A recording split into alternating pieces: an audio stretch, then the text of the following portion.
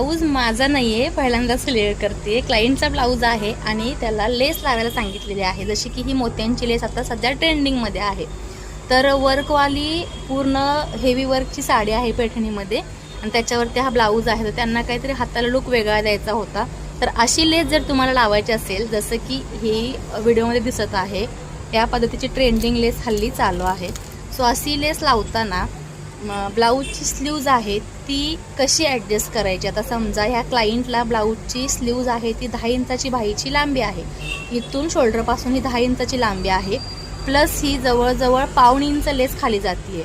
तर ही लेस 10 इंचाच्या खाली गेली तर ते आपल्याला इथे दंडामध्ये किंवा आपल्या ह्या एल्बोमध्ये असं आपल्याला अनइझी होणार आहे, कम्फर्टेबल राहणार नाही. त्यावेळेला तुम्हाला काय करायचं आहे ही टिप सांगण्यासाठी, किंवा असं ब्लाऊज तुमच्याकडे आलं, अशी लेस तुम्हाला लावायची असेल तर कसं आहे. तर ही लेस लावताना बाही जी आहे त्याच्यामध्ये ही पुन्हा अर्धा 1.5 इंच बाही वाढत आहे लेसमुळे. तर काय करायचं आहे, आता या क्लायंटची बाही रेग्युलर ब्लाऊजला एल्बो स्लीव्ज असेल तर 10 इंचाची असते. इथून ही पूर्ण लेंथ आहे ती 10 इंचाची असते.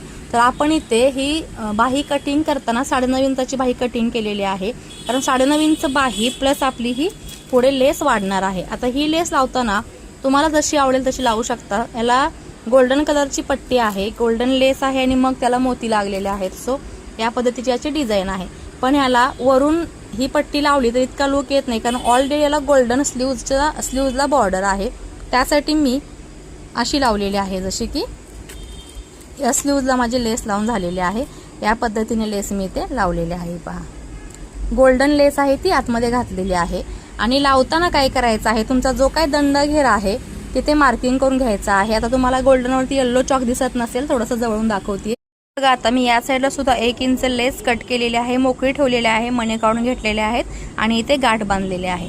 पुन्हा इथे सिंगल दाब आपण लावायचा आहे. अशा प्रकारच्या लेस किंवा गळा पायपिंग वगैरे करताना आपण जो सिंगल दाब लावतो त्याच पद्धतीने ते सिंगल दाब लावायचा आहे. म्हणजे लेसचे हे छोट्या छोट्या मणी आहेत ते अजिबात क्रॅक होत नाहीत, फुटत नाहीत आणि खूप छान फिनिशिंगने आपल्याला ही लेस लावता येते. हे पहा, अगदी व्यवस्थित पद्धतीने आपल्याला ही लेस लागते आणि फिनिशिंग सुद्धा तेवढंच सुंदर येते.